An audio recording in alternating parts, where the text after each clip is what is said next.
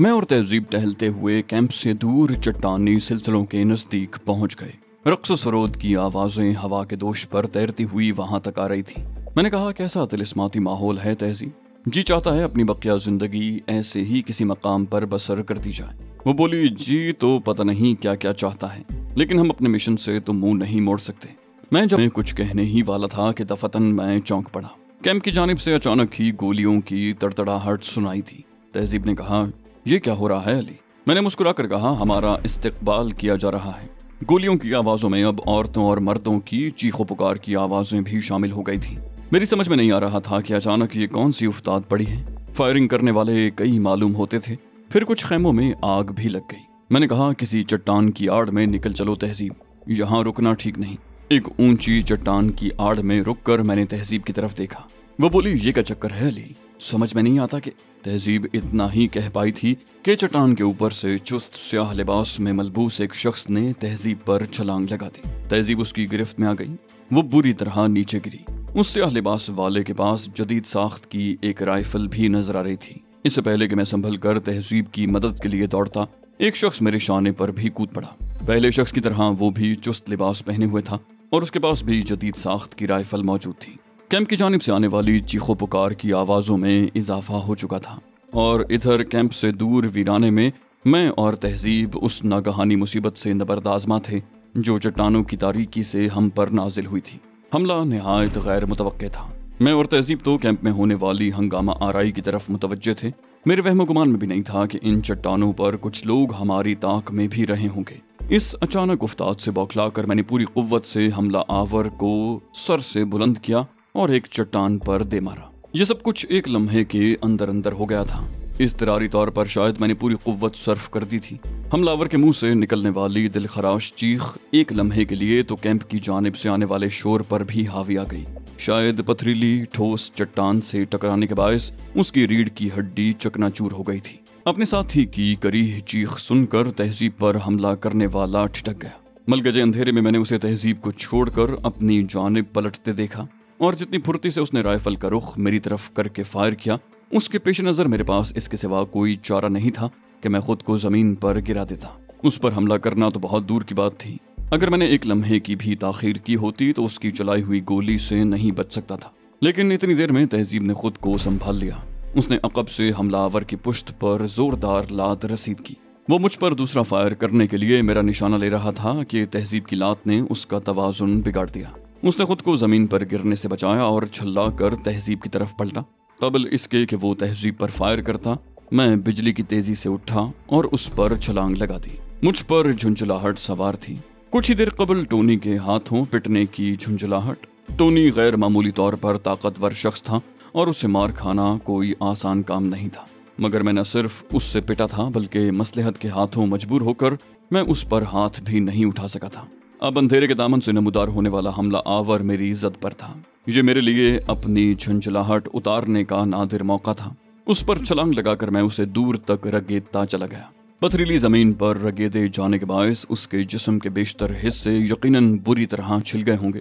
उसके मुंह से बरामद होने वाली कराहों को नजरअंदाज करके मैं उसे छोड़कर फुर्ती से उठ खड़ा हुआ। उसने पलटकर मुझ पर हमला करने की कोशिश की, मगर मैंने बड़ी बेदर्दी से उसके मुंह पर ठोकर रसीद की। मेरी ठोकर पूरी तरह उसके मुंह पर न पड़ सकी, इसलिए कि उसने मेरी ठोकर से बचने के लिए अपने दोनों हाथ सामने की तरफ फैलाए थे। उसने अपने मुंह को तो किसी हद तक महफूज कर लिया था, मगर मुझे यकीन था कि उसके हाथों पर कयामत गुजर गई होगी। इसी असना में तहजीब ने उसकी राइफल पर कब्जा कर लिया था जो पहले ही उसके हाथों से छूटकर दूर जा गिरी थी। उसने राइफल का रुख उस शख्स की तरफ करके गोली चला दी जिसने मुझ पर हमला किया था और जिसे मैंने चट्टान पर दे मारा था। वो पहले ही तशन्नुजी अंदाज में हाथ पैर पटक रहा था। तहजीब की चलाई हुई गोली ने रही सही कसर पूरी कर दी। उसके मुंह से आखिरी चीख निकली और वो बेहिस्सो हरकत हो गया। उसे मौत की आगोश में पहुंचाकर तहजीब ने राइफल का रुख दूसरे हमलावर की तरफ मोड़ दिया जिसके मैं कई ठोकरें रसीद कर चुका था। तहजीब ने सफाकाना लहजे में कहा, इसे दूर हट जाओ अली, मैं इसका काम तमाम किए देती हूँ। मैंने सख्ती से कहा, नहीं तहजीब, इसे गोली से हलाक करने की जरूरत नहीं है, इससे तो मैं ऐसे ही निमटूंगा। तहजीब ने मुझसे बहस न की और राइफल की नाल झुका ली। मैंने आगे बढ़कर हमलावर के एक और ठोकर रसीद की और वो ज़िबा किए हुए बकरे की तरह चीखने लगा। मेरी ये ठोकर उसके गुर्दे के मकाम पर पड़ी थी। हैरत की बात यह थी कि अब तक उसके मुंह से एक लफ्ज भी बरामद नहीं हुआ था, बस वो मार खाकर चीखे जा रहा था। उसने कई बार उठने की भी कोशिश की थी और मुझ पर हमला करने की भी कोशिश की थी, मगर मैंने उसे अब तक तो ऐसा कोई मौका नहीं दिया था। मैं निहायत बेरहमी से उस पर ठोकरें बरसाता रहा और चीखते चीखते बिलाखिर वो बेहोश हो गया। मुमकिन है मर ही गया होगा, मगर मुझे उसके जिंदा रहने या मर जाने से ज्यादा दिलचस्पी नहीं थी। मुझे तो ये भी मालूम नहीं था कि हम पर हमला करने वाले कौन थे। मुझे ये मालूम करने की जरूरत भी नहीं थी और ना ही ये उसका मौका था। मुझे तो उस पर अपनी झुंझलाहट उतारने का मौका मिल गया था और अब मैं खुद को खासा पुरसुकून महसूस कर रहा था। तहजीब ने मेरे नजदीक आकर पुरतशवीश अंदाज में पूछा, क्या ये मर गया है अली? मैंने बेपरवाही से कहा, मालूम नहीं, मुमकिन है जिंदा हो, मुमकिन है मर गया हो, लेकिन तुम क्यों पूछ रहे हो? वो बोली, इसकी जिंदगी हमारे लिए सूदमंद साबित हो सकती थी। हम इससे मालूम कर सकते थे कि इसका ताल्लुक किस ग्रुप से है। मैंने कहा, बहुत देर में ख्याल आया है। ऐसी बातें पहले सोचने की हुआ करती हैं, जबकि अभी तुम इसे गोली मारने जा रही थी। तहजीब के लहजे में पशेमानी झलक रही थी। बोली, मुझे अफसोस है, मुझे ख्याल नहीं रहा था, लेकिन तुम्हें ही इस बात का ख्याल रखना चाहिए था। तुम्हें क्या हो गया था? मैंने हंसकर कहा, मैंने जरूरी नहीं समझा था। मेरे ख्याल में ऐसी कोई कोशिश वक्त जाया करने के मुतरादिफ होती। तहजीब मुतहज्जराना लहजे में बोली, क्या कह रहे हो तुम?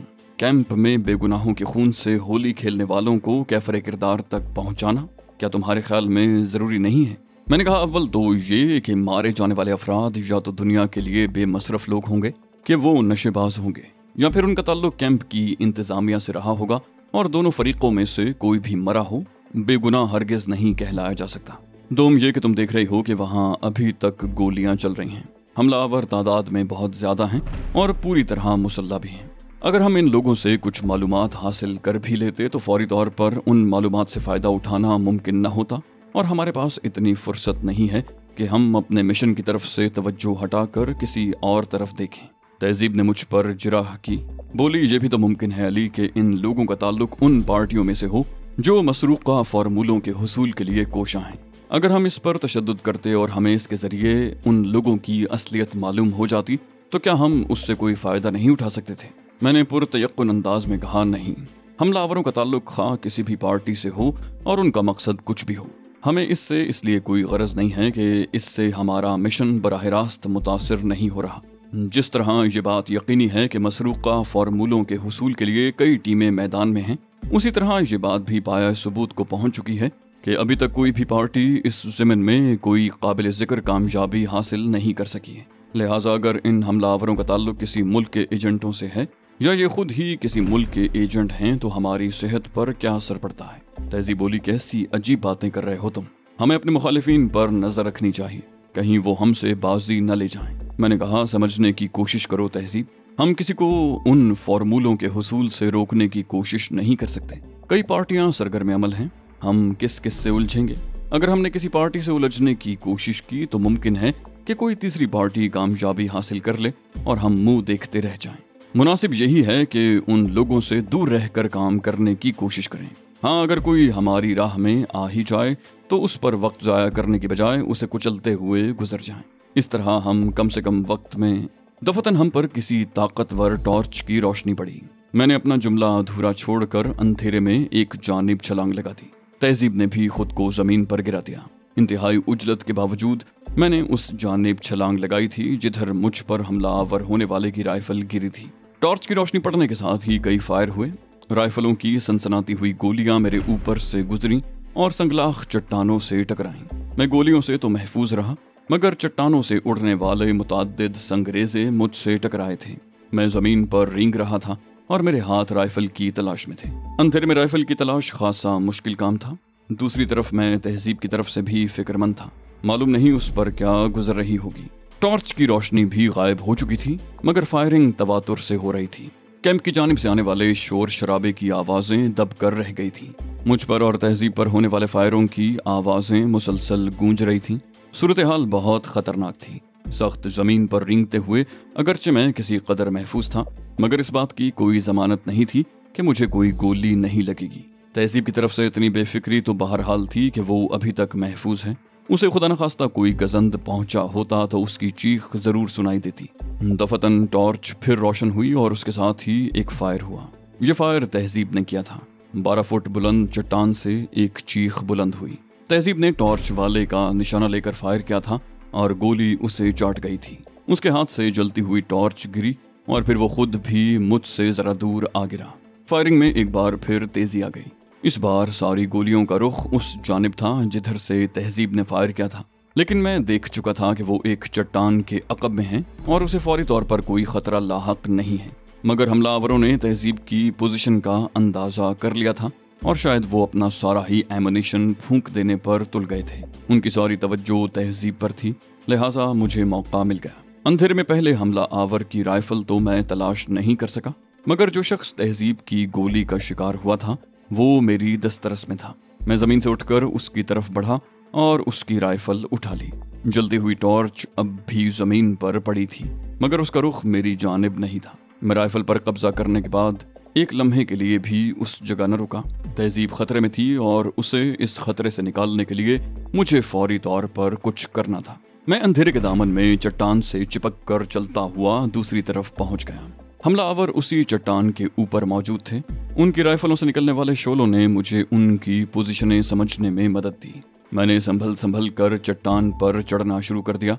कुछ ही ऊपर चढ़ने के बाद मुझे चंद स्याह धब्बे दिखाई देना शुरू हो गए जो स्याहपोश हमलावर थे और चट्टान के ऊपर औंधे लेटे तहजीब पर फायरिंग कर रहे थे। उनकी तादाद 4 थी और उन चारों के दरमियान ज्यादा फासला नहीं था। मुझे मालूम था कि चट्टान पर दूसरी जानिब भी कुछ लोग मौजूद हैं, लेकिन जाहिर है मैं एक वक्त में तो उन सब से नहीं निमट सकता था। मैंने मोहतात अंदाज में चारों तरफ देखा और फिर उन पर फायर कर दिए। मेरे हाथ में मौजूद राइफल ने एक के बाद दीगरे 4 गोलियां उगली और उन चारों का काम तमाम कर दिया। 4 फायर करते ही मैं दोबारा चट्टान से चिपक गया। अंदेशा था कि किसी और जगह उनका कोई साथी मौजूद होगा। अगर ऐसा होता तो वो मुझे भून कर रख देता, मगर कुछ नहीं हुआ। उस तरफ उन चारों के अलावा और कोई नहीं था। चंद लम्हे इंतजार करने के बाद मैं अपनी जगह से उठा। उस तरफ वाले महाज पर सन्नाटा छा चुका था। मैं झुककर ऊपर चढ़ने लगा। महज चंद सेकंड में मैं उस मखसूस जगह पहुंच चुका था जहां से कुछ देर कबल वो लोग फायरिंग करते रहे थे। चट्टान के दूसरी जाने वाली बुलंद सतह से अब भी फायरिंग जारी थी और वहां भी कई लोग मौजूद थे, जिसका अंदाजा राइफलों की नालों से निकलने वाले शोलों से बाआसानी हो रहा था। मैंने शिस्त लेकर फायर कर दिया। दूसरी तरफ से एक तवील चीख उभरी। मेरी गोली निशाने पर बैठी थी, लेकिन उसके बाद गोलियों का रुख मेरी तरफ हो गया। मगर मैं तो एक फायर करके पहले ही अपनी जगह छोड़ चुका था। उस जगह रुकना खतरनाक साबित हो सकता था। चुनाचे मैं तेजी के साथ चट्टान से नीचे उतर गया, मगर मैंने महसूस किया कि फायरिंग की शिद्दत में कमी आ चुकी है। फिर अचानक ही फायरिंग रुक गई, लेकिन अब मुझे तहजीब की फिक्र थी। चुनाचे मैं उस तरफ पलट पड़ा जहां तहजीब ने पनाह ली थी। मैं चट्टान से चिपक कर चल रहा था ताकि एक तो मेरी नक्लो हरकत देखी न जा सके और दूसरे किसी अचानक फायर की जद में ना आ जाऊं। अभी मैं उस मकाम से कुछ दूर था जहां तहजीब छुपी थी कि दफतन उस जानिब से एक फायर हुआ जिधर तहजीब को होना चाहिए था। मैंने बौखलाकर खुद को जमीन पर गिरा दिया, मगर फायर का रुख मेरी तरफ नहीं था। वो तो चट्टान के ऊपर वाली समत किया गया था। चट्टान के ऊपर से एक खौफनाक धमाका सुनाई दिया, यूं जैसे कोई बम फटा हो। उस धमाके में वो इंसानी चीख भी दब गई जो मरने वाले के हलक से बरामद हुई थी। उसके बाद दौड़ते हुए कदमों की आवाजें सुनाई दी। इतने तवील हंगामे के बाद अचानक ही सन्नाटा छा गया। कैंप की जानिब से भी गोलियों की आवाजें नहीं सुनाई दे रही थी। लोगों की चीखों पुकार अलबत्ता अब भी जारी थी। मैं दम साधे पड़ा रहा। तहजीब की तरफ बढ़ना भी खतरे से खाली नहीं था। अंधेरे में वो मुझे दुश्मन का आदमी समझकर फायर कर सकती थी। दौड़ते हुए कदमों की आवाजें दूर होती चली जा रही थीं। फिर बहुत सी गाड़ियों के स्टार्ट होने की आवाजें सुनाई थी। गालिबन हमलावर फरार हो रहे थे। अब मजीद इंतजार करना मुनासिब नहीं था, चुनाचे मैंने तेज सरगोशी में तहजीब को पुकारा। चट्टान के अकब से तहजीब ने पूछा, कौन है? वो मेरी सरगोशियाना आवाज पहचान नहीं पाई थी। मैंने इस बार निस्बतन बुलंद आवाज में कहा, मैं हूँ अली।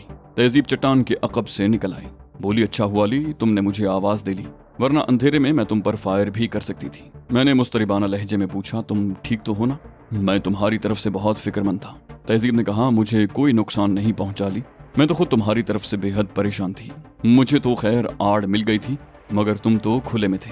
मैंने कहा, तुमने टॉर्च रोशन करने वाले पर जो फायर किया था उसकी वजह से उनकी तवज्जो मेरी तरफ से हट गई और मुझे यहाँ से निकलने का मौका मिल गया। तहजीब ने कहा, हमलावर शायद फरार हो गए। मैं हंसकर बोला, शायद नहीं, यकीनन।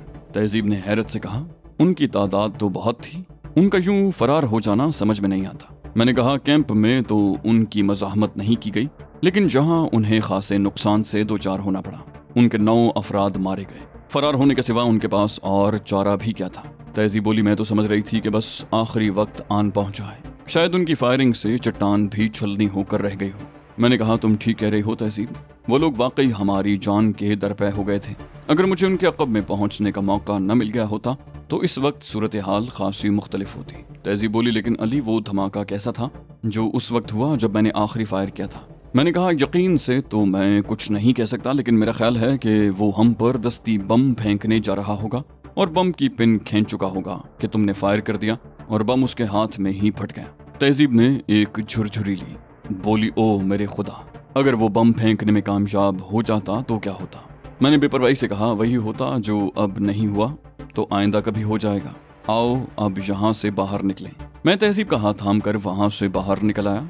हम दोनों के हाथों में राइफलें मौजूद थी और हम किसी नादीदा खतरे का मुकाबला करने के लिए पूरी तरह तैयार थे, मगर अब वहाँ कोई नहीं था। वो लोग बड़े तूफानी अंदाज में वहाँ से फरार हुए थे। मैं और तहजीब चट्टानों के नजदीक ही रुक गए।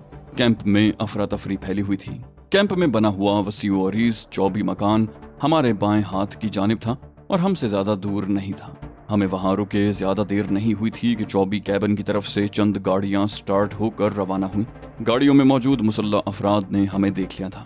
एक गाड़ी हमारे नजदीक आकर रुक गई। एक शख्स ने कड़कदार आवाज में हुक्म दिया, राइफलें फेंक कर अपने हाथ बुलंद कर लो। बाकी गाड़ियां आगे बढ़ गई थीं। मैंने और तहजीब ने हैरत से एक दूसरे की तरफ देखा।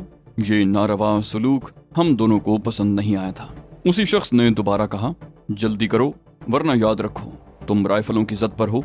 कोई चालाकी दिखाने की कोशिश की तो तुम्हें भून कर रख दिया जाएगा। तहजीब ने एहतजाज किया, लेकिन हमारा कसूर क्या है? हम तुम्हारे दुश्मन तो नहीं हैं। हम तो, दुरुस्त लहजे में कहा गया, किसी के माथे पर तो नहीं लिखा होता कि वो दुश्मन है या दोस्त। ये फैसला बाद में होता रहेगा कि तुम दोस्त हो या दुश्मन।